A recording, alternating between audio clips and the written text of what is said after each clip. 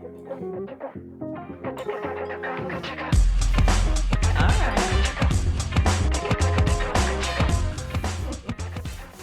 here we are again, your favorite band of misfit toys. This is Woodworking is Bullshit. I'm your host, Paul Jasper, scientist by day, woodworker by night. And across from me, across the screen, across the U.S., not really, same time zone, is Eric Curtis, fine furniture maker and content creator. We're like 2 cities apart, buddy. All right, so before I introduce our guest, who's already tee-heeing next to me, I want to start with our question, and I think you'll understand why we have this special guest on today's show. So in classic Mary fashion, we begin with the definition up front, or in this case, a question. So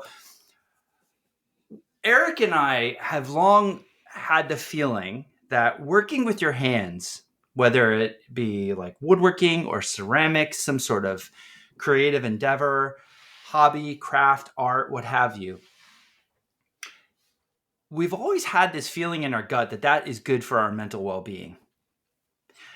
It seems to quell anxiety. It seems to quell the noise. It lightens the mood when the world feels like it's real heavy. And it just seems to sort of be an almost meditative escape, right? And I think it could even go as far as to say, you know, if you have depression, could working with your hands help with that? So that is our question for today. So does working with your hands in some form of craft or hobby, can that help with mental well-being, anxiety, and maybe even depression? And to help us answer that question, we have a very special guest. So first of all, the woman sitting next to me is a licensed clinical psychologist and professor at the University of Connecticut who has an expertise in the treatment of depression. How much more qualified could she be to help us with this question? She gets more qualified. In fact, she is a very ongoing, very active laboratory and has had for the last 20 years. A lab of 8 people right now. She's the author of over 265 scientific articles and publications. Former past president of the Association, the Society of Behavioral Medicine, and somehow still finds time to have a private practice through all that, Dr. Sherry Pagoto. Sherry, thank you for joining us today. Thank you. That is one hell of a credential list. I mean, are you serious right now? Honestly. Yeah, no, I should have studied more before this conversation. Now I'm realizing that. Fantastic. Well, I think, you know, to have someone with this depth of expertise on our show is amazing. And, you know, I think Woodworking is Bullshit. We always try to bring the most qualified people that we have in our circles to try and address these questions. And it just so happened that Sherry's in my circle of friends. And you probably say, oh, how's that? And well, Sherry's my ex-wife. We used to be married. There's no accounting for taste, you know. I am so excited. Love is blind. To maybe the post show, the after show is just hearing the fucking dirt on Paul for 20 minutes. I prefer OG wife than ex-wife. I'm the OG. So like first wives do the heavy lifting, all right? All right. My wife really likes broke to say, man. First wives. My wife likes to say we like the same things about her and Sherry. We have a lot in common. All right. Oh my god. So now that we know you're going to shit on me the rest of the episode, which is fine. Let's go. DM me for questions about Paul. I'm an open book. Sherry, you and I are going to have a spin-off podcast. Who the hell is calling me right now? Get out of here.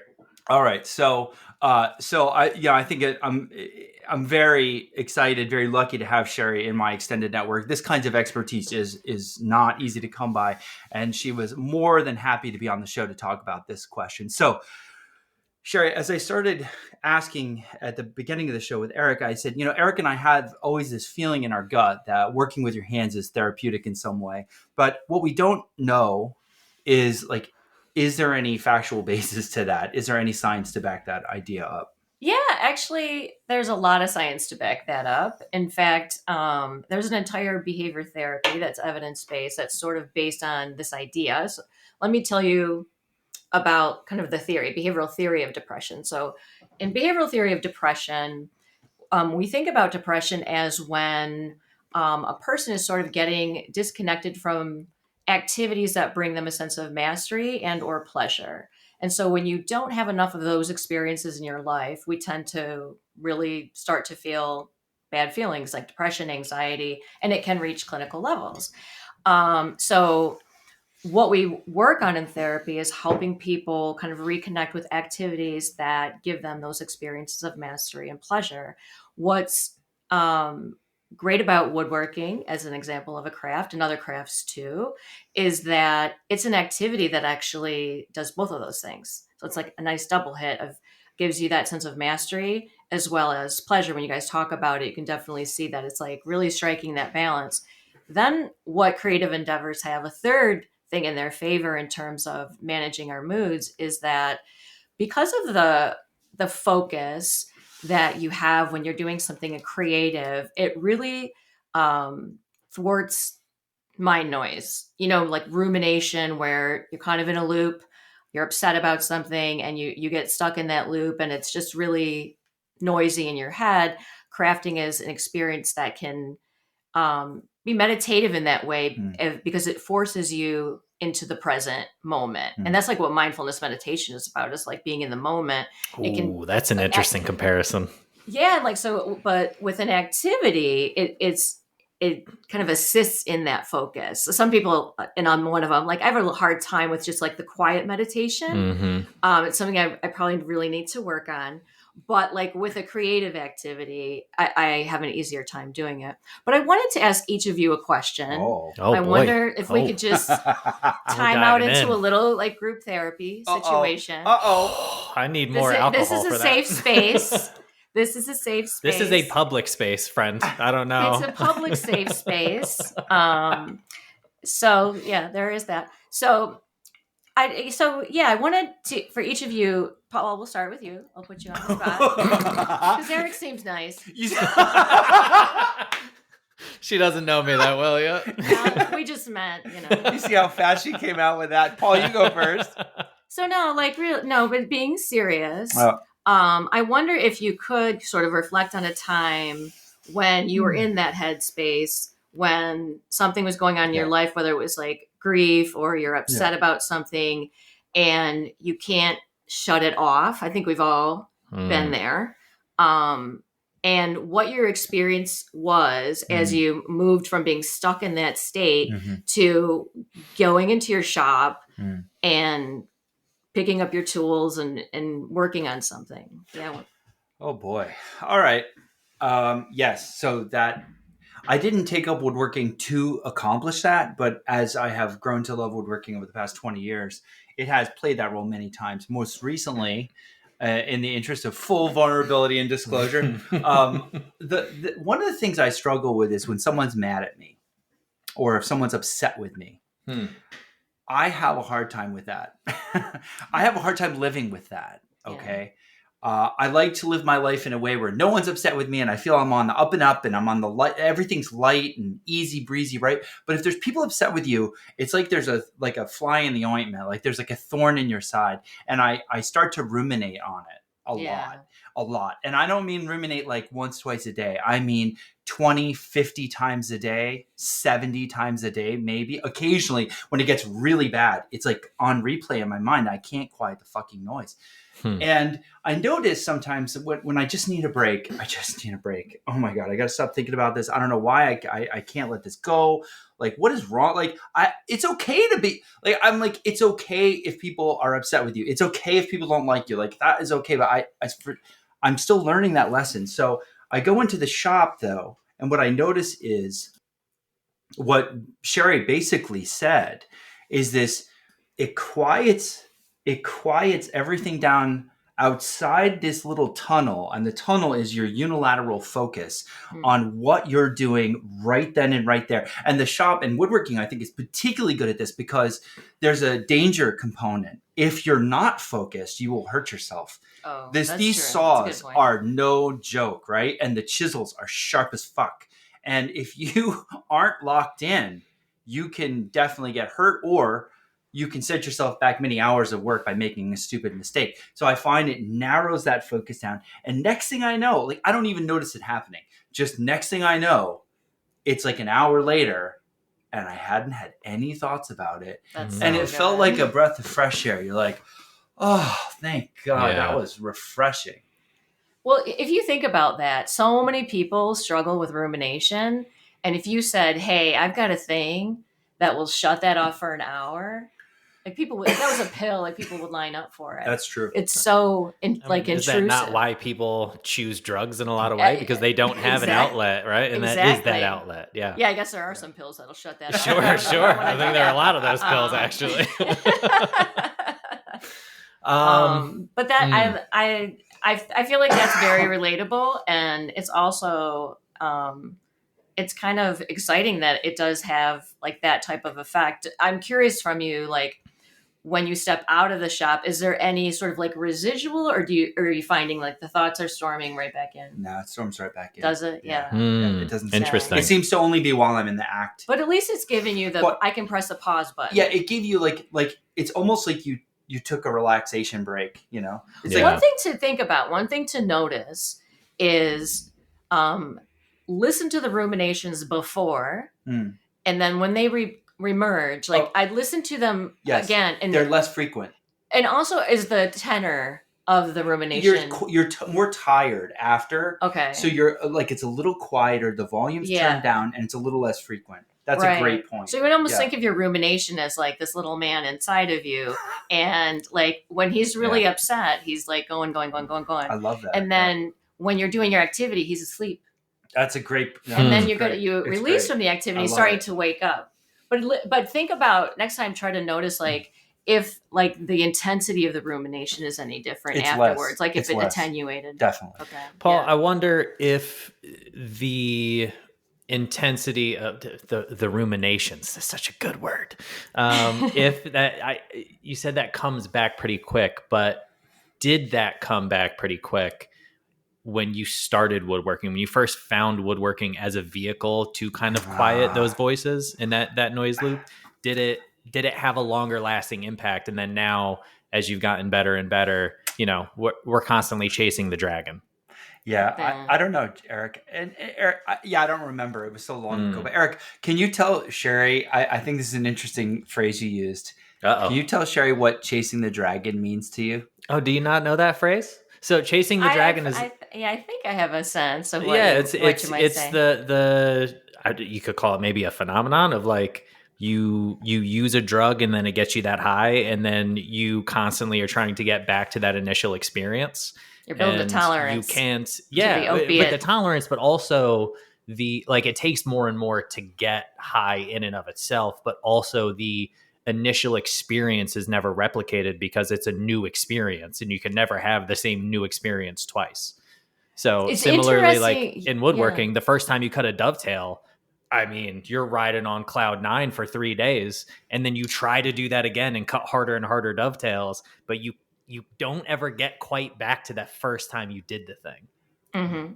Well, it's interesting that you're saying that and you're using like addiction as an analogy, because they've done these brain imaging studies where they find that when people are engaging in a craft, it's actually stimulating reward centers of your brain. I love it. Which is exactly what addictive drugs We're do. just mice on a wheel, baby. You kind of are. So you are chasing the dragon. Yes. But it's a healthy addiction, because this isn't something like where addiction turns bad is when it starts to destroy your life. So like if woodworking is destroying your life, then maybe it isn't. Occasionally. Yeah. That's how we know is like it's destroying your life. That's a very fair distinction though, because I think like including myself, we often like to throw around terms like workaholism, right? Like this guy's a workaholic, you know, this person, that's all they ever do is work. But if that's how they've kind of built their life and they found a healthy balance, and part of the reason they are quote unquote a workaholic is because that helps them to quell the noise in their head, then is it an addiction in the sense of that it's not ruining their lives, you know, or at least not at this point, it's not ruining their lives. Well, it's interesting that so I'm going to segue a little bit, although I'm not letting you off the hook, Eric. I was going to say, Eric, you didn't answer the question, No, but bitch. you brought something up I want to build off of about like the workaholism and the balance and that sort of thing. So like let me just delve a little bit into behavior therapy. And then we're going to get back to his. I No. I like that she's forget the already story. dismantling your No. timeline and your your layout. Sorry. There's a segue, you got to use it. Anyways, okay, so behavior therapy. The way that we work with people, because I talked about like our conceptualization of depression is this idea of like we've become disconnected from things that give us a sense of mastery and pleasure. So the way that we do this is we ask people to think about the different areas of your life, and this is where the balance part is going to come in. And so I use an acronym ROOT. So we have basically 5 areas of our life. If we were to chop up like our whole life, it comes down to these 5 things. We've got relationships. So the people in our lives, our partners, children, family, friends. We've got our occupation. This is our job or school, if you go to school.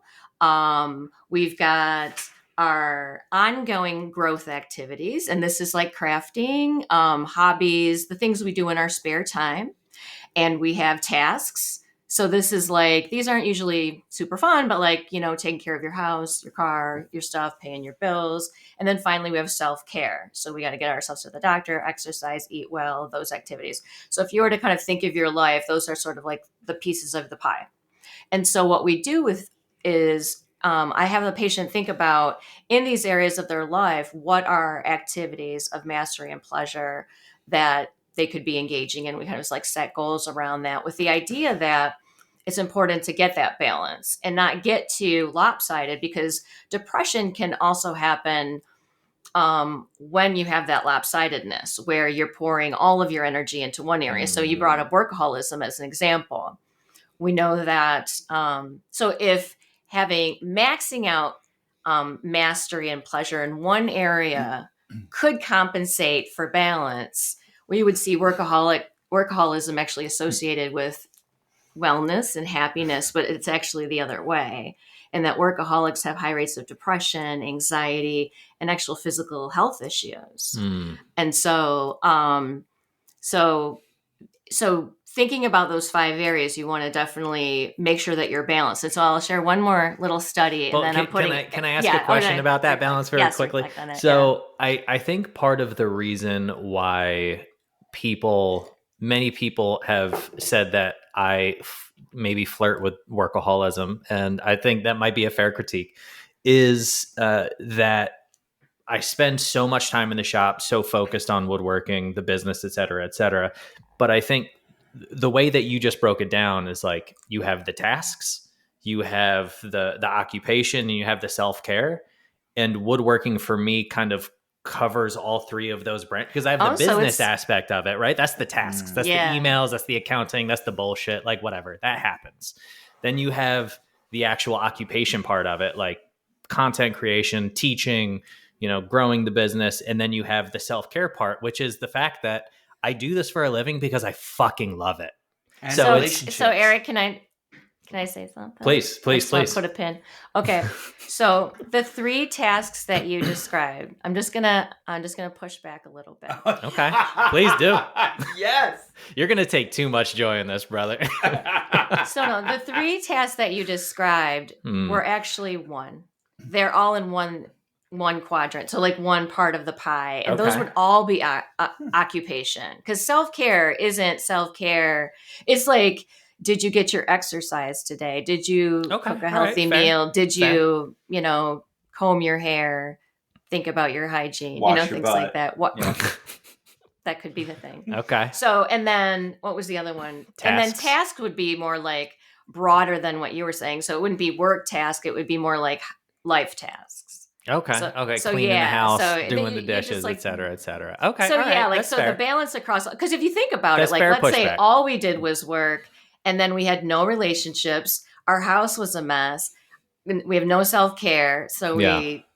All right. Sure. Yeah. I actually have to give Eric a point back, though, Okay. because his relationships are very, very related to woodworking in many times. Right? Yes, that's quite a a few fair of them. point. So like, my shopmate is one of my best friends on the planet, and so like there are times where we were like working, and then all of a sudden we're just like, fuck work, like let's just drink a beer and like shoot the shit, you know? And so it just ends up being a hangout sesh. And friends come over and we build shit together. That's awesome. So that is definitely part of it. So yeah, you do get to check a box. But to your point, yeah, there are.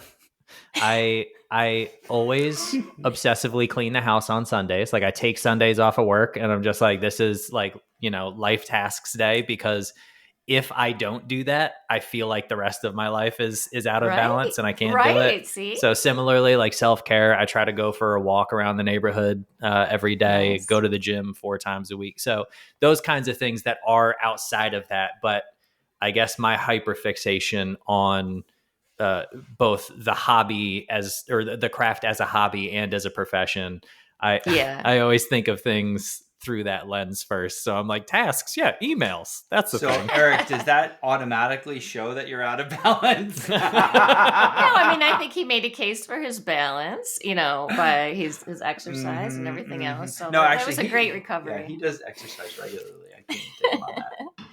I cut off your other point that you were going to make, though. Oh, no. So, where was I going to go with that? Oh, so to the balance.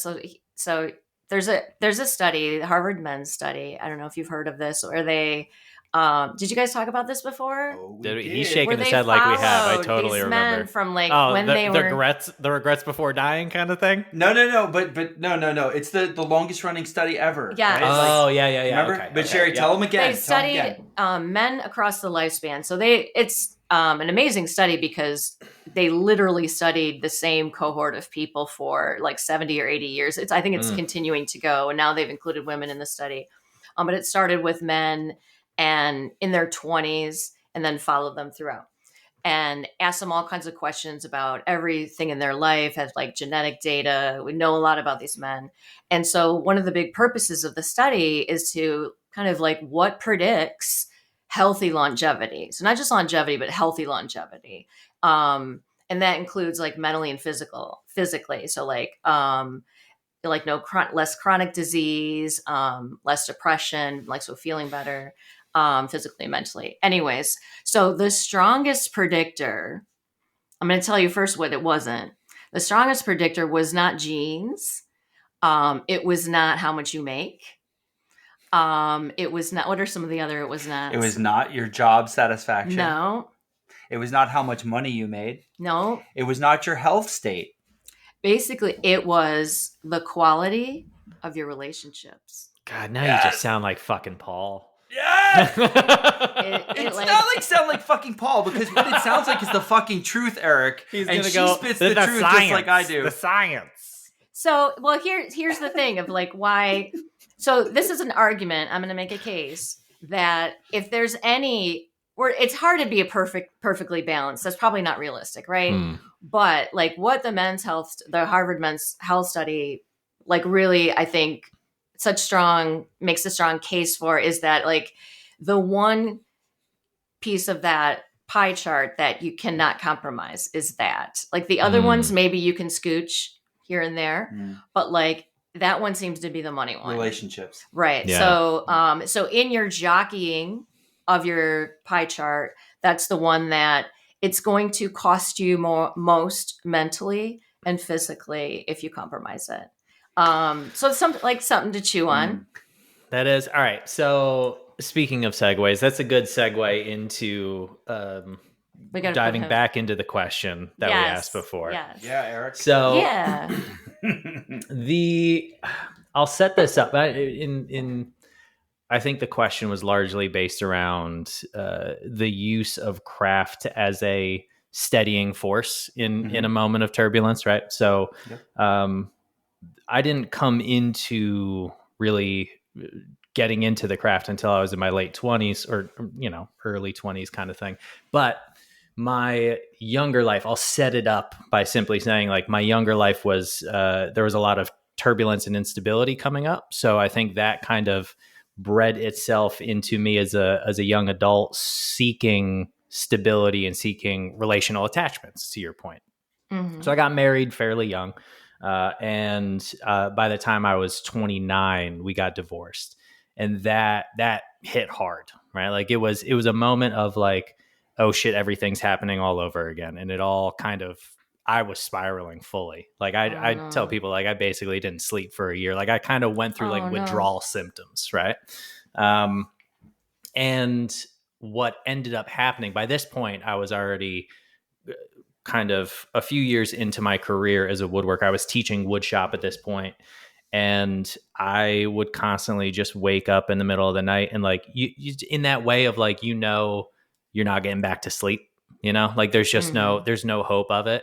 So I would just get up and go to work. Like I would just get up, go to the school. The I was lucky enough to be able to use the school shop at whatever hours I wanted. So, I'd be there at like 4 a.m. and I would just start working on a thing. And there was no direction.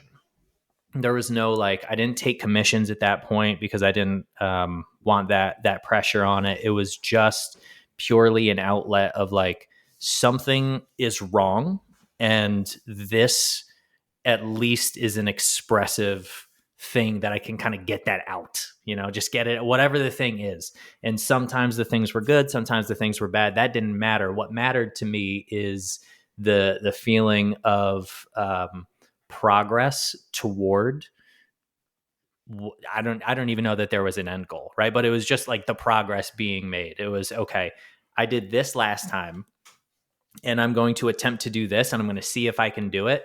And the asking the question and finding out if it was possible quelled all of the chaos that was happening. And Wow. so that was honestly the foundation of how I work now, even still, of like, the thing that's most important to me in my creative practice is the risk taking, because it's intellectually engaging, but it's also spiritually engaging in a way of like, like I know how to cut a goddamn dovetail. I know how to make a fucking cabinet. That's not, I can make a table. That's not interesting.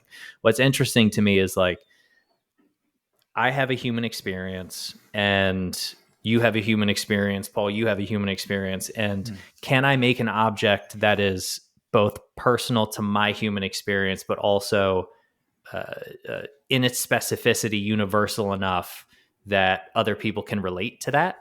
And how do you do that without using any words? Like, how do you do that without giving people any context to what you're trying to do, and just kind of let them see in it what they see? Wow. So that's where I came from. Wow. So, like, woodworking is like a part of your soul, the way you described it. Like, I think 100%. Like, these are, I've said kind of hyperbolically in the past on this podcast that I think woodworking saved my life. And I think that's part of it. Like I have a long familial history of drug use, drug abuse, drug overdose. And I think there's a real chance, or at least an alternate reality somewhere on the multiverse timeline, where not having an outlet such as woodworking, like I could have gone down one of those other paths very easily, so it's ingrained in me. I think it's a part of who I am.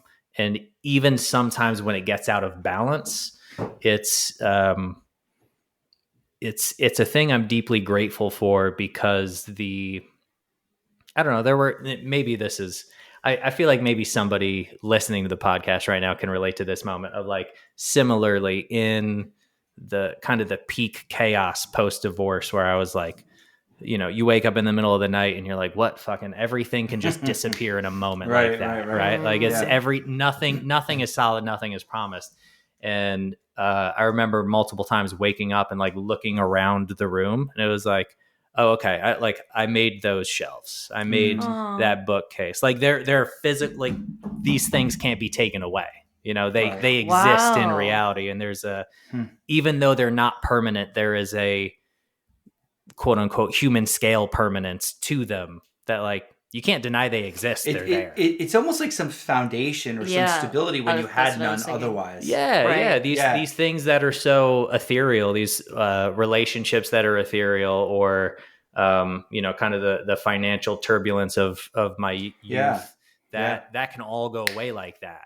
Yeah. But this, as barring a house fire, like this desk, those cabinets, that table, like it will be there, and it exists, and that is kind of, it's almost proof of the journey that I've been on to this point. Yeah. Nice. I love that story so much. Like it sounds like what you make grounds you. Like even actually if your house burnt down, like you'd recreate your grounding again. And that's just like, that's an amazing way to put it. Do you feel that way as well? Well, I mean, Eric, you never know what's going to happen. You know, next thing you know, you might be sitting next to your ex-wife recording a podcast with her.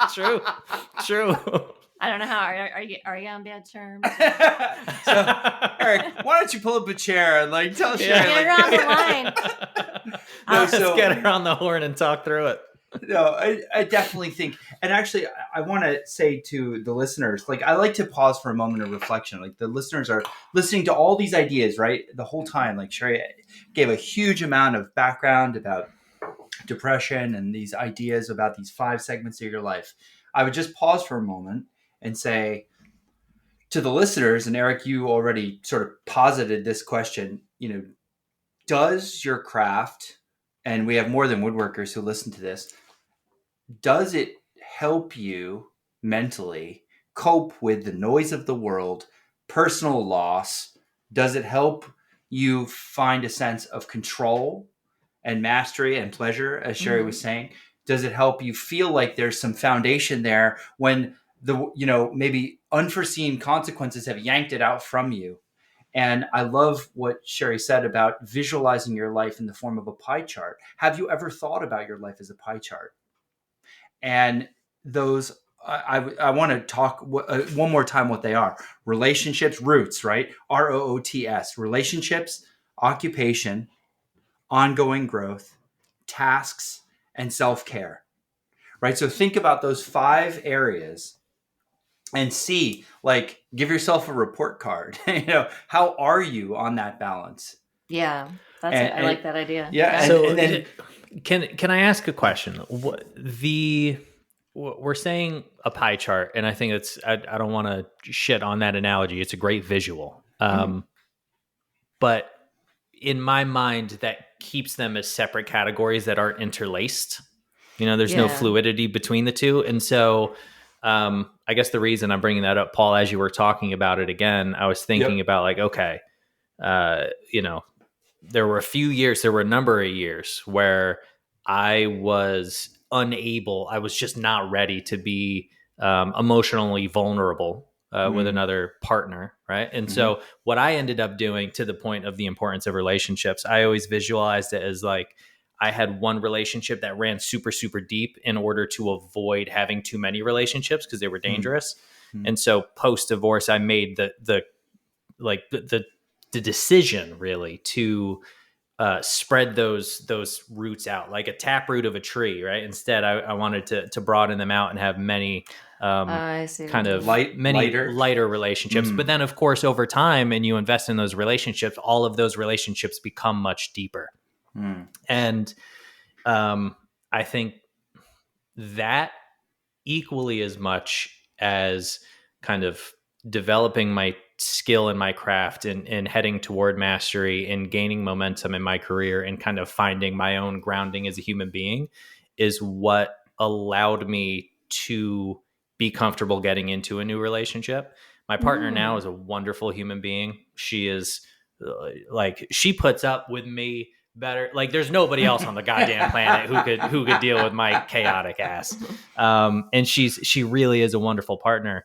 I know that if I met her 5 years ago, I would not be in the place to accept that relationship. Interesting. And I think a big part of that is I had to find my own place, and I found that in the craft. And that allowed me to kind of loosen the grip on hoarding like a relationship, for lack of a better word. This is just turning into a therapy session for me, by the way. Can I ask but I'm wondering how those things affect one another. Look, to keep the therapy session going. So as you're talking, I wanted to hear a little bit more. I wondered if you can unwrap. I love this, by the way. The crafting experience, like the woodworking, sort of like unlocked emotional vulnerability, because it's obviously it's an independent activity, and there's so like what was going on in your head was like evolving to where you felt like letting your walls down and creating something Man, deeper? that's a good question. It's like you're a therapist or something. It's as if she has a PhD in this. So I think I would say maybe two things. First and foremost, prior to kind of finding my grounding and identity in being a craftsperson, being an artist, being somebody who expresses their human experience through making objects, um, maybe my emotional well-being was over reliant on those relationships because I didn't have another vehicle to express, what it was like to be the human that I am. So finding a vehicle to do that was separate from relationships, I think put less pressure on the relationships themselves. So is it that like it sort of built you up in a certain way to where you felt like you were ready and available to like be open almost up? like more sort of complete. So right? yeah, it's like kind of it was building more a complete strength. individual. Yes. Yeah, like I know who I am. And when you're more Right, complete right. with yourself, you're willing to give that to someone else. You're willing to give it to to somebody else. You're also willing to accept their humanity more completely. Knowing I am more comfortable now having flaws as a human being, because obviously all human beings, I think in part because the work that I've put in towards mastery of this craft, like that tells me that I still have value even when I am a fuck up, because everybody's a fuck up sometimes. Like there's that again, coming back to like the physical object that can't be taken away. This thing exists. So you go like, okay, like I fucked up that situation, but that doesn't mean that I'm a fuck up. Because there's some grounding and understanding that you have, not value, but the ability to learn and grow and become a different human being than you are in this moment. But I think, and I want to just say that I think the other reason that developing craft was an important part of kind of that healing journey, for lack of a better word, is, I am a child of the 80s. We didn't have, men didn't have emotions back then, or we didn't talk about them, and I grew up in the trades. And it's a very machismo culture. And from a very young age, I was uncomfortable with it. I didn't like it. And I think that's a big part of the reason I didn't get into that field. But having woodworking became an artistic expression, which it was kind of the first place that I found the ability to express thoughts and emotions, which later, over years in practice and just, rote memorization, I think allowed me to express those emotions in words better than I was able to when I was younger. Eric, this is fucking deep tonight. This is just fucking therapy now, guys. This is such a fascinating, like, psychological journey.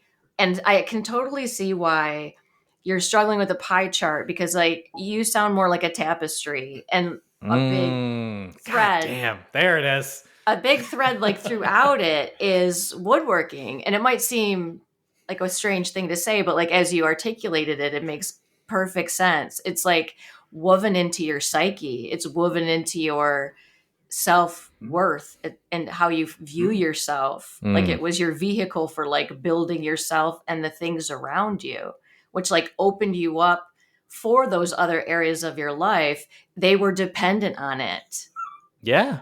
Oh, well, I mean, so yes, I agree 100%, to the point where, like Paul, you were talking about safety and having to be hyper focused when you're in the shop earlier. And I have thought more than once about like what happens if I cut a finger off, if I cut a hand off, whatever the thing is. Oh, man. And there's never been any doubt. Like if I cut a hand off, I can't work with wood anymore. There's never has that thought even crossed my mind. I'd be like, I'll figure out how to fucking do what I do with with one finger. It doesn't matter. I think this is more than a job that for deeply you. woven. Yeah. So I have a question about sort of, as we were talking earlier, that relief that comes with doing a creative endeavor, that sort of, how do you say? It's almost like a period of relaxation. Like it gives your mind a chance to breathe, right? And I was thinking about that with respect to doing woodworking. And I thought there's like two kind of different angles to that question. Like, is that true? So, for example, Eric, if we're doing something very repetitive, you know, 100 times in a row, it is mindless. It becomes mindless. You just do the thing. You're working with your hands. You're just doing, and it takes very little concentrated thought. And that's when your mind can breathe.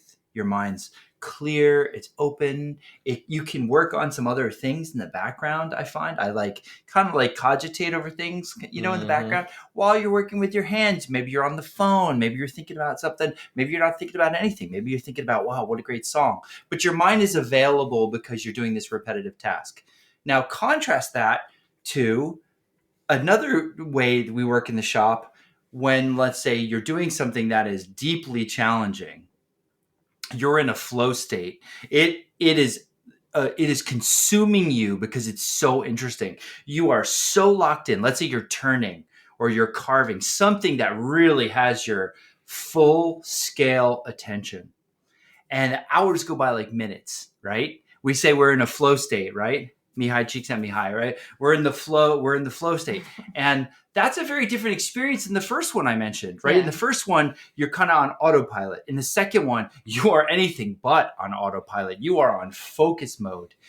And so how do each of those modes, right, interplay with this idea of like, oh, seek out a hobby to find a respite, you know, like a, you know, to find a relaxation, because You one can is say far more respite relaxing. in so many different ways, and you Is it- went is you it- went is with it respite? respite. Respite. I don't know. You can say I don't know. That was just Respite. there was a weird emphasis, brother. Okay, get back to my question, you Wrong bitch. syllable. Is it, you know, does the relaxation only happen when it's the repetitive task, or can you have a very focused task also provide that rest? Well, anytime you learn a new thing, there's no such thing as a repetitive task, right? Because Right. you're fully engaged with what you're doing, even if it's the most basic things. Sure. So So- early on with the new thing, you're going to be locked in and focused. Yes. But then with And familiarity, you'll move to that more relaxation. Sure. So let's assume you've been woodworking for a number of years, and you know milling is not intellectually engaging at this point. I do still think, and this is my experience, Sherry. I'm very curious to hear if there's studies on this or information on this, but mindless tasks come in different qualities, if that's a good way to phrase that. You know, like What do you mean? consuming versus creating are different things. And Oh, okay. you can like sit watching there, TV versus yeah. making something? And you can sit there and watch TV and you'd be like, it's a mindless activity and I just need to shut the brain off and let the body relax for a little bit. And that's totally fine. There's value in that. But if you do too much of that, then I mean, at least I should speak from the first person. I get that feeling of like, what the fuck am I doing with my life? Like I'm just being fucking gluttonous, you know? Yeah. And that's different from a mindless activity that you do when you're in a creative mode. And even if you've not, like, there are days where you get home from the shop and you're like, I didn't actually accomplish anything, quote unquote, but you did. You milled a bunch of material, you set yourself up for success. And even if you had the ability to turn the brain off for a time period, that I think it's a small difference, but I think it is a qualitative difference. I think you're exactly right. And let's put like the behavior therapy lens on it. So the mindless task where you're accomplishing something, you're getting mastery, even though it may not be that pleasurable, like maybe a little bit low on the That's pleasure really scale, good. but mastery. It's and true. you feel I finished something, I That's accomplished true. something. The TV, it starts pleasure. But because it's so passive, it goes downhill, just like you described. Like it's fun, you watch like a show or two, but after 4 or 5 hours, yeah, you feel like your life's going downhill. So, that's the one caveat actually about pleasurable activities, and we don't want to like just hang our hat on things that bring us pleasure because they usually go downhill if we kind of OD on them. So that kind of puts a little bit of a lens on that. Yeah. So I want to actually cut that idea of working with your hands, Eric. I want to abstract out to humans as a whole, right? Like, why do we find working with our hands pleasurable? Because we do, right? We do. I think it's just innate in us. Like we've It's been doing it yes. for so Yes. fucking long. Yes. It's deep. That's Like this primates. is like Yes. medulla oblongata shit. Like this is deep in the brainstem. You know what I mean? Like it's and maybe that's part of the reason why passive or even if it's active, but the entertainment comes, it's good. And it, like what I mean by like active entertainment, I'm thinking of like phone games, like whatever it is, Wordle. And I don't want to shit on anybody who likes Wordle. Like it's great. You keep your mind engaged. But is there a point, or Sherry, is there any research on like a puzzle game on your phone is good, but it's not solving. It's like solving an equation. There's an endpoint to the thing in your job. Like you're a mouse in a maze trying to find the cheese versus you are a mouse in the wild trying to scavenge and you're trying to figure out how to survive. Scavenge the cheese. This is such a good question because I love this question. So it's this. Okay, so the other piece of behavior therapy, so we're going to bring in another concept, is this idea of values. So when we ask people to think about, behaviors that bring mastery and pleasure, the framework we put on that is really to have them think about that from the lens of what you value in life. So like if you're doing a rote task that's important to make the project that you're making, even though it's super boring, that's going to have more sense of mastery because you value the outcome. Whereas if I'm playing Candy Crush and I'm killing it, I might feel like that pleasure thing, and it's going to go downhill after a while when I do too much of it. And the mastery is a really, it's a very light hit because I mastered Candy Crush, but that's not connected to, I'm pretty far on Candy Crush. I'm on level 4,000. So far. Which just speaks to how much he plays. This motherfucker doesn't work. I text this guy at like 10:30 in the morning on a Tuesday, and he's like, I'm not doing jack shit. Okay, so aside of Paul, most people don't value the outcome of a video game. Which I have a lot of stories about him. Very late at night. That's the after show shit, right? So anyway, so really, like that's not a valuable. Like it's not connected to something important in my life. I'm not striving to like win at that. Like it when I think of my pie slices, these things aren't there. So that's the difference. Is one thing is valuable to you and one thing really isn't. So I wonder, is part of the value, for lack of a better way to phrase it, autonomy? I'm thinking of like my emotional experience with like playing a lot of video games or versus creating a thing. And I think this is the first time I'm thinking this through, so I may be way off base, but I think part of that kind of like feeling, that kind of like that dissatisfaction with it after a while is the fact that I know that somebody is feeding me this puzzle, this game, this thing to do.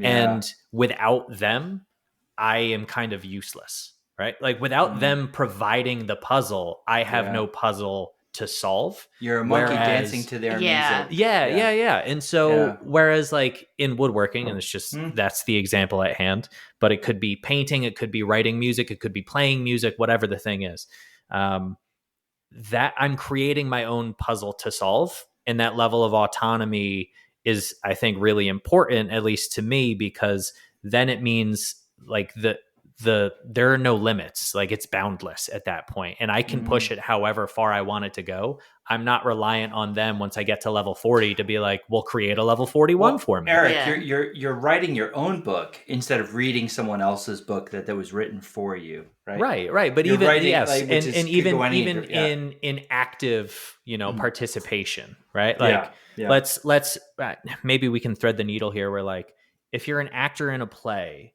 there are boundaries to what your character is. There are lines, there are scenes, et cetera, but your creative participation in that play allows you to take that character potentially in places that it's never been taken before. Whereas, before you master that skill, Like you're copying whatever came before you Or watching from the audience. or watching from the Yeah, audience. there's different levels of reward that come with actually doing the thing as opposed to watching others do the thing. Yeah. Yeah. Yeah. So, Eric, I want to come back to that piece that you were talking about earlier about like it's in us, like the medulla oblongata, right? Because I think that is, I want to press on that, right? How, I was curious, how long have humans, Homo sapiens, how long have we been on this earth as a distinct species? Do you happen to know? I looked it up, so I know the answer because I looked it up. As a Homo sapiens, yeah, like as distinct from the other early hominids. Like I'm gonna say 400,000 years. You sure? You want to throw a guess in? Million. Okay, $1. No, million. No, so hominid, like early always human got 99 precursors. cents, Sherry. Come on now. How far am I going back? I don't know. Early human precursors, yeah, definitely like a million years. But okay. Homo sapien as a distinct species, the earliest fossils, like 200,000 years, 300,000 years is like the earliest. So split the difference. I mean, so right. So that means we have been around, right? Let's just say, for the sake of argument, 250,000 years, 250,000 years, and that whole time we are wired, and we came from wiring that was all about hunting, gathering, making, running for your life, eating, we're doing everything manually. You were not sitting around looking at screens, pressing buttons. You were working with your hands. That is what that was survival. That is who you are. It is in your DNA. Only in the last 70 years did we come up with screens. But even apart from screens, right? The idea of leisure time and yes, there was no early. I mean, the earliest humans probably had a lot of leisure time because they weren't farming all fucking day, right? They were hunting and whatever. I don't even if think they so. didn't, They were even if they like had food zero free free time, right? Like that almost plays in more to the point I'm going to make. They could have made the decision to like, hey, it was a long day of fucking hunting saber-toothed tigers, guys. Let's fucking hang up the cleats and the spears and let's just hunker down by the fire and smoke some weed and fall asleep. But we fucking invented art. Like tens of thousands of years, maybe 100,000 years before we came up with farming. This is how deeply innate making objects and telling stories is in our DNA. Do you guys know the Lion Man? One of the earliest pieces. It's one of the earliest sculptures. How about the Vitruvian Woman? No, these tiny the Vitruvian little man. Are they like cave drawings? It's no. These are sculptures. The cave drawings go back even farther than that. The Lion Man is this. It's made out of bone. I believe it was tusk, and it's maybe 12 to 14 inches, something like that, and it's very obviously very, very crude. But somebody had this in they presumably used it as an aid to tell stories around the campfire at night. But they got home from a long day of fucking hunting woolly mammoths. And this motherfucker was like, you know what I'm going to do? I'm going to carve a fucking figurine out of an old tusk so that I'm going to invest my time and my energy in doing this thing and making this physical object, which is going to make the stories that we tell around the campfire more vivid for whomever is paying attention. There's this innate deep drive to create, and not just like intellectually create, but physically create. Yeah. So do you think it's an aspect of communication then? Because the way that you described like its early beginnings is we use it to communicate with each other, to tell stories. I think that's art communication. Now we're getting deep into the shit, guys. In short, I think art. I think it is. The job of an artist is to articulate their human experience through the art. Through whatever medium they have, whether it's an instrumentalist playing the violin in a way that makes you weep and you can't quite put your finger on why, but you've had that emotion in the past, or seeing a painting or a sculpture that you go like, holy shit, like I know exactly what this thing is emoting without knowing who made it, without looking at the artist statement, or reading a story and you go like, this is a fictional character in a universe where spaceships blow each other up with lasers, and yet I connect deeply to this non-real person's human experience. All of that is just people trying to articulate what it is to be human. So if there is this sort of like common thread of like art and communication, they're somehow intertwined, then I'm thinking back to the relationships part of our pie chart, because like communication is about Bringing it all the way back around. She just brought it full circle. the shrink has always got to go back to the touchy-feely stuff. But Well, isn't it true? It's how humans are relating to each other. Yes, through story, through It's a language that you're speaking with your art, whatever the art happens to be. And so communication requires humans. It's an interpersonal act. Communication requires humans. Yeah, we don't talk to walls. Fuck, that's good, I Sherry. have talked to a wall. Well, maybe Eric talks to walls On occasionally. most days, I talk to myself more often than I talk to walls. So you guys have absolutely, I think we've made a very interesting. We've made a very compelling case, like how important it is to work with your hands, how it's what it means to be human, because that's how we evolved. Yet, if you look at statistics like 1980 to 2015, right? So that's a 35-year window in the United States. And you say, what kinds of jobs are trending? All right. Mm-hmm. Jobs with social and analytical skills, like so-called white collar kind of like college degree jobs, have increased 94%. All right. Jobs with physical skills, like working with your hands, do you want to guess how much they increased?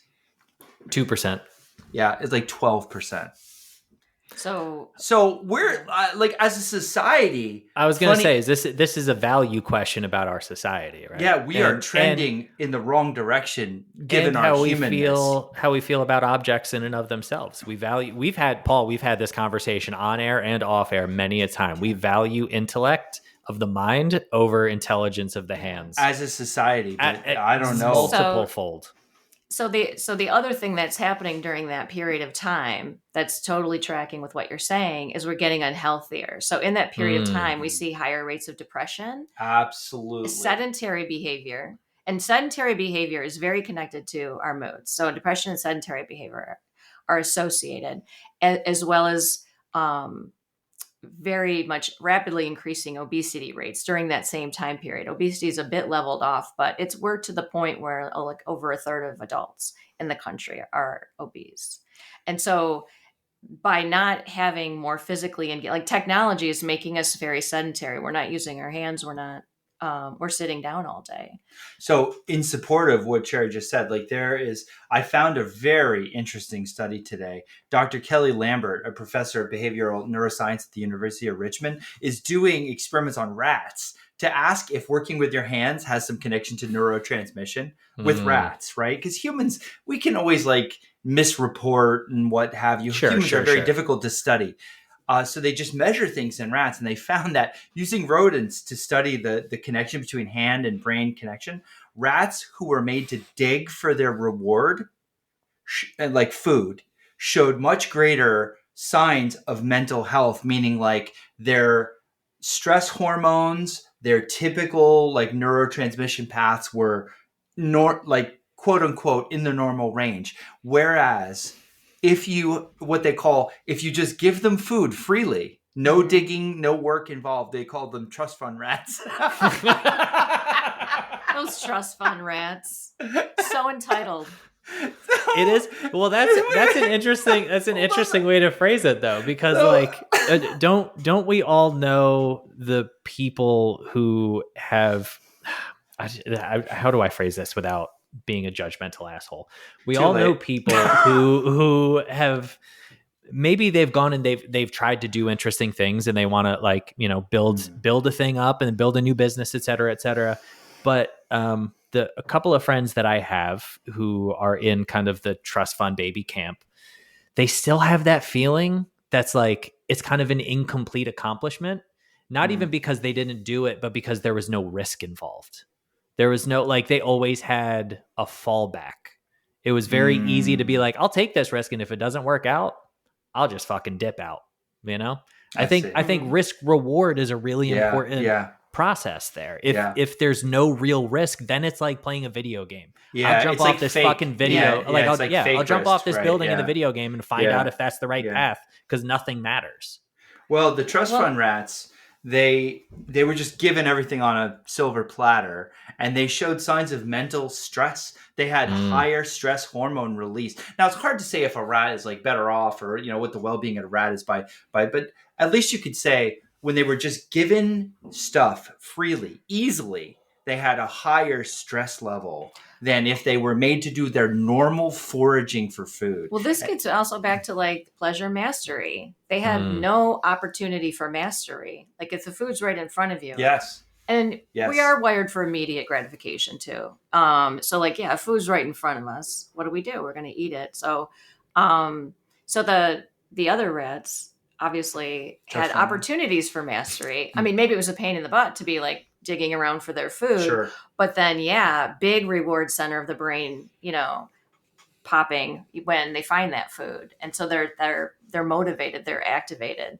So it actually It makes sense. Yeah, it Yeah. totally makes You're sense. basically saying what's true about humans is true about all animals. I mean, because we all come from the same background of foraging for That's food. medulla oblongata Yeah. shit right there, guys. Well, all right. So, let's wrap up this first segment. I think this was very self-consistent. Everything I heard today, from the 5 roots idea, Sherry, to Eric, some of your experiences, to like some of these studies I mentioned, it's all circling around the same idea, which is working with your hands is who we were always evolved to be. Honestly, it's all this computer shit and sedentary and screens that's new in the last 50 to 70 years. And no wonder we're suffering, because that's not who we are, historically we're wired to be. If you want to read more about this, Sherry's actually writing an article, and it will be published by the time this podcast is released in Psychology Today. There'll be a companion piece to this podcast. It'll actually mention the podcast. Yeah. So if you want to read, like Sherry's a great writer. If you want to read like her really, concise thoughts, a little bit more this, detail about what we just talked about. Yeah, you can check out. If it doesn't say medulla oblongata shit in I'm that gonna article, add this it. friendship It is over. didn't. Okay, well, I can definitely sneak that in. One thing I'll say too is just like as a wrap up is for those of you out there who are listening and you're doing your craft, to really actually be mindful of how it does change your mental state from going into the activity and then coming out of it. Because a lot of times I think when we're doing something like a craft or doing exercise, like you're only sort of thinking about it as maybe work or a task, but to be mindful of the experience, you may notice things that like Eric and Paul were talking about. And it was interesting to hear you guys reflect on it. I don't know if you had thought about that before, but not really. I think it's something to think about. Excellent. Yeah. Excellent. So, all right, Eric. So let's shift into a second seg now. We that was a that first seg was a full hour, and it was front to back fast. Phenomenal. It went fast again. Yeah. But we did, listen, we hit on some heady topics, we hit on some heavy topics, and I thought that we could lighten it up with a second seg, where I want to hear about some creative wins that happened recently, because part of the gamble of being a creative person, of taking on a creative task, is sometimes it just doesn't fucking work. Like sometimes you invest time and energy and money into a thing, and you get 60, 70, 80% through it, and you're like, this fucking sucks. Like this is not working. And when those happen, a couple of times back to back, I think we can lose steam. We can really start to lose that confidence in ourselves. And I think all it really takes is kind of one win to kind of regain your footing. So true. So I want to hear about some creative wins recently. Paulie Shore, you want to go first? Yeah. So I am in the middle, or almost finishing, a very important commission to me. This is a watch box. And the reason it's important to me is because it was my college roommate who asked me to make it for his soon-to-be fiance. He and I have always gotten along. And even though we went to a technical school, we both were very art-driven. He was a professional upright bass player, jazz, for 20 years. And he was as serious as it gets. He moved to New York City. He went for it. So dude is an artist, like artist, capital A. Like he ate, breathed, slept, like the whole lifestyle, right, of a jazz musician. So when he asked me to make something for him, here you have this exceptional artist asking me to make something, and of course I wanted his input because artists love to design together. That's part of the friendship. So he asked me to make a watch box, and right off the bat, I knew design wise this was going to be a challenge because I didn't know how much of a challenge. I didn't know if I didn't know how he'd be with me because in this case, I'm going to take the lead as the artist. But I do want his design input. So he starts by saying, I want a very specific, beautiful latch on the front made of like metal. And first off, I'm like, I don't know how to fucking make that. Like, I've never made a latch. I've never put it on a box. And I started to say, okay, so we're going to do this. So I started drawing ideas and I showed him some flower ideas. We were thinking floral because his fiance loves floral. And we were going back and forth. He's like, yes, she likes this one and not this one. But he had to do it in a way where she didn't know there was something cooking. Like he just was like, oh, what do you think of this drawing? A friend of mine did this, real clandestine. It's a pro move. Right. So, so we're agreed on the flower. So I make the flower and I make the box kind of separately, and I hold because I don't know how to attach it yet. And I engraved it out of brass, and I hold the flower up to the box, and it just didn't work. Like it just didn't work visually. The flower with that wood, with that box, like the box is so beautiful. It's highly figured English walnut. The flower out of brass just is not working. They're like fighting for attention. Both of them are beautiful in their own accord, and together it just isn't working. So your question was, what's the artistic win or the creative win? So I'm like, what the fuck am I gonna do? So I'm like, let's have a video conference. So we have a video conference, and I show him like what without telling him what to do, because he's, like I said, he's an artist with a capital A, and he drew the same conclusion. So I was like, right, yeah, that's like that's like a mini win. And then he's like, well, maybe we could put something on the inside of the box. So then we open the box, and I show him all the watch holders, and beautiful. It's all figured, highly curly, walnut inside the box. And we're like, maybe we can put like on there's a divider system. Maybe we can put some engraving on the dividers, maybe some brass inlay, maybe her name, maybe this, maybe that. And over time, it became clear that's not going to work either. And she doesn't want her name. He weaseled that out of her somehow without telling her that he's planning a box for her. And it was just stressful the whole time because I only have 2 more weeks to get this to him. And it's like this push pull of like, what, like he asked for this, but it's not working. He asked for that, but it's not working. And I had to kind of bring him along with me creatively to let him see that it's not working. And he agreed 100% with me. Like never did he not agree. And today I showed him, I said, how about we just use beautiful figured wood, no inlays, no human ornamentation. Let nature speak, because his fiance is all about nature, the beauty of wood, the natural. There it is. Just subtle natural beauty. Let that speak. Don't interfere. Right. Yeah. And so him and I were feeling that vibe. I went with that vibe. I showed him the picture today. He was over the moon. So like what turned out to be a very, like, I was nervous for weeks about the clasp and the this and the that. It turned out to be a creative win because it worked out.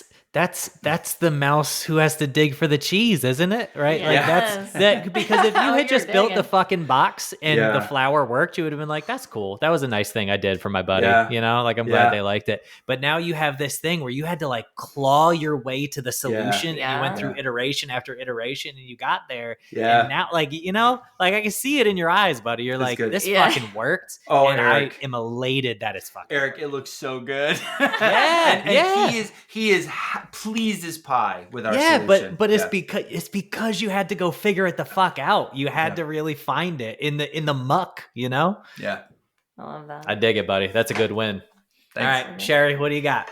Oh, creative win. Okay, so I'm not a crafter. I get my creative outlet through writing.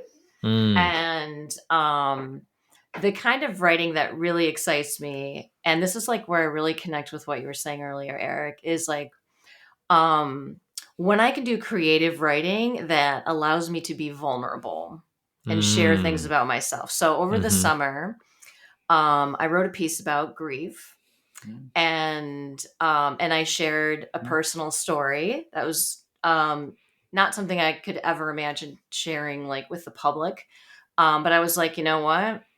I'm letting it rip. And the whole idea of the piece was like, so I shared my personal experience with grief, and then I talk about a form of grief called disenfranchised grief, which is when you have a loss that people don't typically acknowledge, Mm. um, like um, like loss of a pet is a would be a form of disenfranchised grief. People are like, "Oh, sorry," and like never bring it up again, even though it lasts for a long time for you. Or in my case, I was talking about the loss of a relationship that was not a marriage, and Mm. so I like tell my story and how disenfranchised grief is.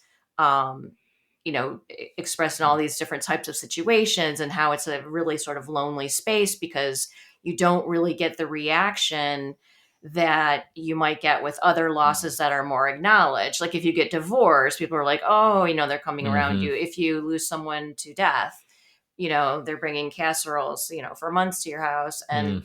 But like some losses, people just sort of don't really Mm. connect to. And so you don't, like, people just move on. So Right. anyways, like this was kind of what the piece was about, and it's something that just sort of came to me, and so I wrote it, and I was excited about it, and then I was like, you know what, I'm going to fire this off somewhere. Like, we're just going to see what happens here, and it ended up getting published in Newsweek. Damn. And so then when the editor was like, oh, we're going to be publishing on such and such day, Mm. like then the terror of Uh-huh. like, what have I Uh-huh. done? Yeah. Like, I don't know if you Ah. guys have had like, Mm. holy shit, like what have I done? Like Yep. I'm Yep. like prematurely embarrassed and like Yep. horrified, and but then at the same time there's like this feeling of like jumping off a building but you can fly. So you're like Mm. terrified, but you're like, but here I go, and it's Yep. sort of fun, and for some reason I'm flying. So it had that feeling, and that's that like That's good. opiate kind of thing that I want to keep going back Yeah. for. Yeah. But like the vulnerability part of the creativity, That was the risk. that Yeah. was That's Yeah. the risk component yeah. for you. And I right? felt like it did bring me personally to a space where I was being riskier vulnerability even in my personal life. And Mm. so that kind of leads to me going back for more of that, of like I really want it. And actually in the Psychology Eric, Today piece, Eric, she's chasing the dragon. She I'm is. She's chasing chasing the it. dragon. I'm gonna 100%. chase it right off a cliff. It feels like that sometimes, but but yeah. So actually, in the piece, the Psychology Today piece, I start off with a personal story as well, as a way to sort of like frame like how Mm. I've dealt with my own battles with like grief and depression and that sort of thing, and how. So I've been on both sides, like of the therapy chair, and so it's interesting to have those dueling perspectives of like how I think about my own versus like how I might think about my patients. And yeah, so anyways, that your was win? my That sounds like a win. that was That's my a win, big yeah. win. So I'm curious, you as Paul said, definitely feel like you're trying to chase the dragon again. I think Paul kind of shares this philosophy of not everything can be a home run. Every like a stand-up single is valuable, but I also think that you can't predict when you're going to hit a home run. Often if you swing for the fences, you fly out. Yep. And sometimes what happens is you have that thing and you just go, fuck, that worked. And what I have had to deal with is accepting, like, because inevitably the next thing I do, I'm just going to hit another fucking home run. Like I'm on a hot streak. Let's go. But I have to accept that, like, okay, the next thing I make probably isn't going to be a home run. I'm probably not going back to back. So I'm curious how you're feeling right now as like the Newsweek article comes out and you're like elated, you're flying, you're preemptively embarrassed, as you said, which is a term I'm absolutely going to steal. How do you I preempt all my embarrassment with embarrassment. How do you interpret kind of sitting back down in the chair and writing the next thing? Do you feel the pressure of trying to put out another banger, or are you just like, I'm just here to do the thing that brings me creative fulfillment? So that's a good question. So I consider the Newsweek more of like a double or a triple, because like all where I really want to stand-up end triple is up, big value though. yeah, like my grand slam would be a modern love column in New York Times. If that happens, I'm gonna like, Okay, all I'm right. gonna die. So, and I've shot for that and missed, but that doesn't deter me ever. So for me, yeah, like I do want to keep going on that, but I don't force it. And I wonder if you guys resonate with this, because this is how I feel. Is like, I can't just be like, okay, today I'm just going to write something. Like it has to sort of come to me. And I don't know what brings it to me. Like I could be laying in bed at 3 a.m. and I have to grab my phone and start writing my thoughts because it's coming out like a hose. I'm like, where's this coming from? I got to write it down. It's 3 a.m. I'm so tired, but I have to write this down. It almost feels out of my control. And I wish I knew how to harness it, because sometimes I want to do it, but I was like, I got nothing there. Do you? Yeah. Is that a thing? Yes. Okay. So I was like, maybe I'm just not very good. No, you're very. I think that's a real creative. I think that's the sign of somebody who is good. Honestly, like there's I think you just have to make shit, and sometimes you catch the wave. And sometimes you ride it, but you're never going to catch the wave if you don't have the opportunity. If you're not making things and then you hit it and you go like, oh, this is it, I'm just going to go do the thing. If you're not constantly making things and constantly trying and taking the pressure off of not trying to catch the wave and waiting for the right one, then then you don't have the opportunity to strike when it's hot. So Cher, there's a saying among creatives that inspiration will come, but it's got to find you working. And I don't mean like you were sleeping in your example. I don't mean that like it only comes while you're literally in the act of working. But you have to be active in general for those inspirational thoughts to hit you. They're not going to hit you if you've taken an 8-month hiatus. And yeah, for sure. Yeah. How about you, Eric? So this is going to involve social media to a little bit. So I want to also be aware that maybe a tinge of this is like the I don't know what the right word is, the gambling effect of like striking it big, but I do think it's largely a creative win, which is why I bring it up. So I've been putting out YouTube videos for 2 years. That's a big driver of my business. And for the entire time I've been in this shop, as I told you before, Sherry, Larissa and I are, one of my best friends on the planet. She's my shopmate. And the whole time I've been like, listen, we need to just start a YouTube channel together. Like it's because she is a phenomenal woodworker. We like our back and forth in the shop is fucking hilarious. And I've always been like, people care more about the relationships than they do about the vehicle. Like the people care more about the story than they do about the characters, right? It's how do you relate this human experience? And what I have been telling her for probably close to 2 years is like, you are a master woodworker. I am a master woodworker. We are genuinely friends who can pick on each other and lift each other up simultaneously. Like there is a lack of space on YouTube of just like, woodworking can just be fucking fun. None of it has to matter. It doesn't have to be that deep. Let's just go make shit and create a space where people feel comfortable being in our space with us. Right. And so, there's a lot of hemming and hawing, and I'm very busy and she's very busy. So it took a long time to kind of get things moving. And we filmed the first video in January, and I want to edit the first few videos so that we can kind of find the voice of the channel before I hand that off to my editor. So that takes up a lot of time too. But finally, we put out the video on Friday, and we made the decision. We were like, we're not going to promote it at first. It's going to be a soft launch. We're not going to tell people about it. Just want to see what it does. So we put it out at Friday at noon. And in the first 4 hours, it got 0 views.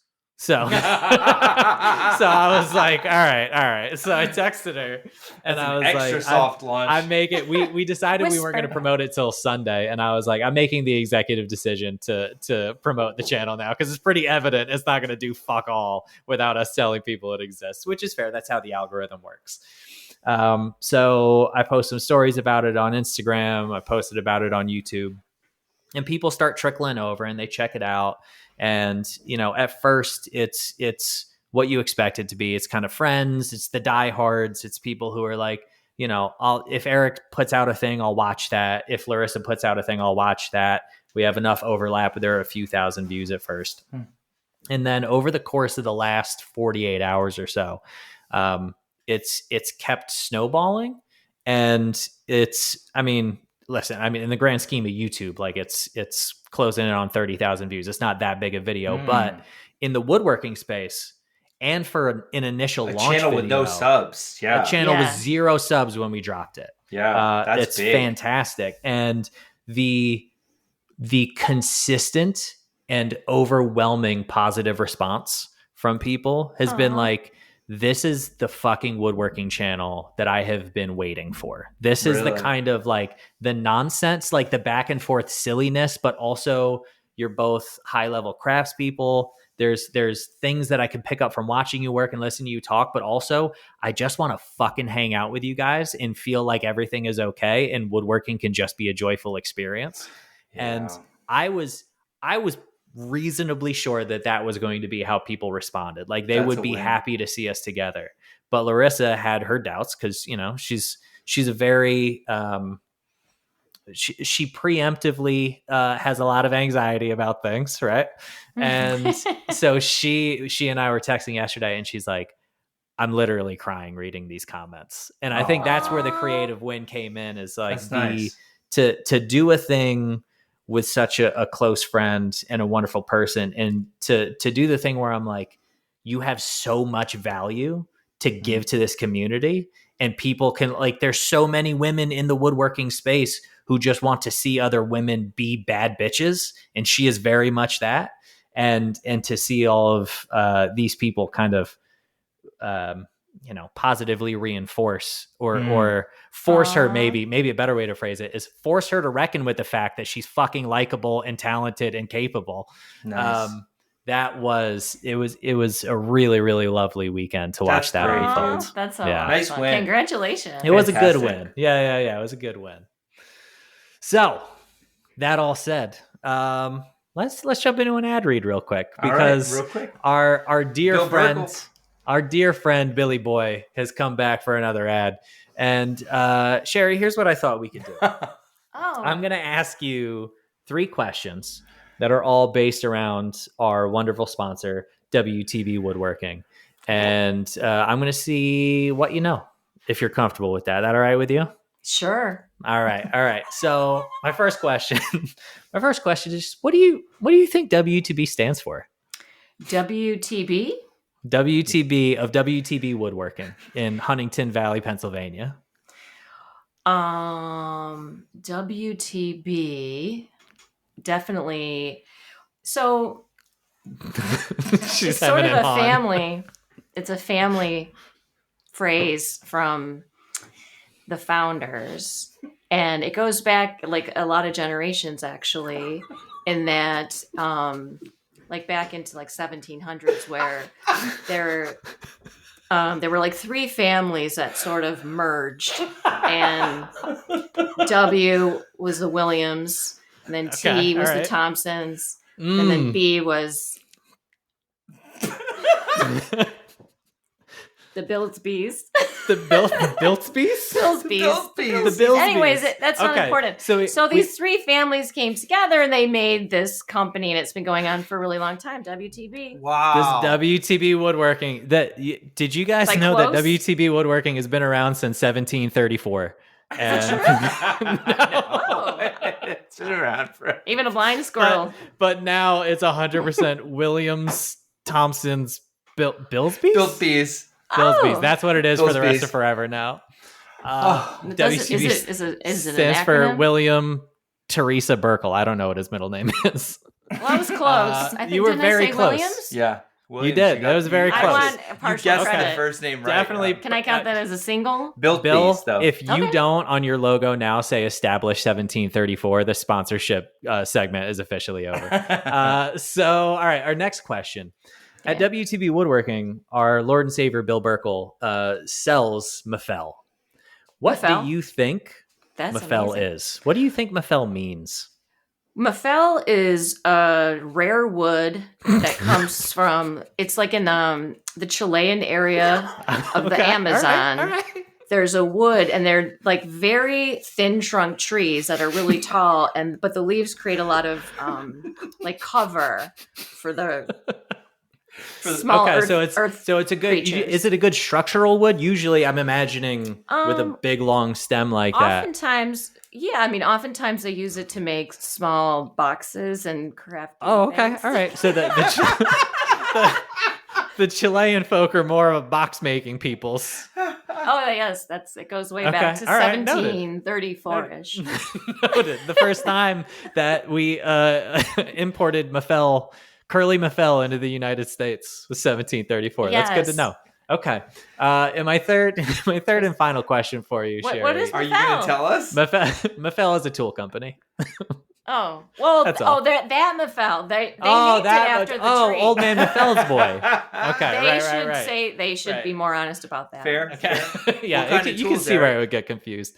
They make a bunch of different things, though. I know them from their doweling plate. They make one of the fancier dowelers on the market, track saws, routers, that kind of thing. Got it. WTB is becoming a full-on Mafel retailer, so you should check them out. I believe in April. By the time this podcast comes out, he'll have a line of Mafel going. So my third and final question for you is, what exactly does a moisture meter measure? Well, it's the obvious answer that a lot of people say, but it's actually wrong, is moisture. What it actually is like, so it's a special barometer for wood shops. They need something different because like the wood absorbs some of the moisture. So if you just use like a regular barometer, it's not going to really right. It's measure. only getting ambient moisture. Yeah, exactly. Right. Okay. So how does the moisture meter deal with the interior moisture and the shop moisture? Like, how does this barometer work? It strikes the balance.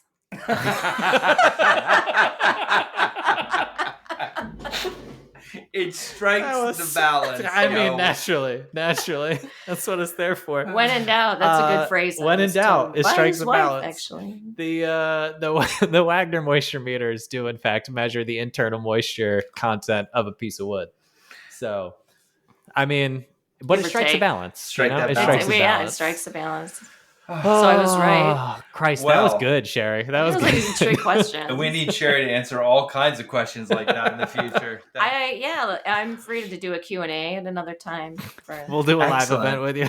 Yeah, I'm a little bit better on the mental health side, but just kind of winging that one. All right. Well, yeah, we're at the hour and a half mark. We seem to go longer every episode. We really do, man. I We don't got to know keep it what- to a tight 60 at some I don't point. know what is going on.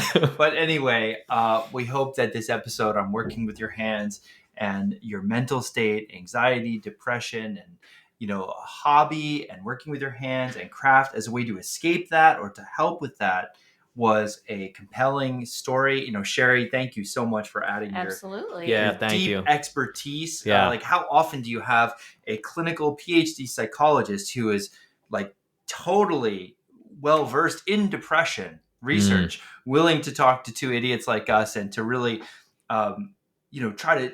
try to spin her expertise in a way that we can understand. Like, really, she was taking depression research and making it a woodworking And didn't centric. talk down to either of us once. I'm a little disappointed about that. That's if for the I'm after honest. show. I was- That's for the after show. I was holding back, but Don't worry, she talks down to me all the time. So on that, no, I'm just kidding. On that note, thank you again, Sherry. Where can we find you online? I am at Dr. Sherry Pagoto, all one word, on Blue Sky and Instagram, and also on LinkedIn. And yeah. So All right. that's And the article is going to be out by the time this episode drops. Yes, so it'll already be out. We will link to that article Amazing. in the show notes. It'll be there right now. All right. Amazing. All Go right, check everyone. it out. Go give it a read. Thank you so much, Sherry. Thanks. We hope you found that useful. Bye. Bye. Okay, bye.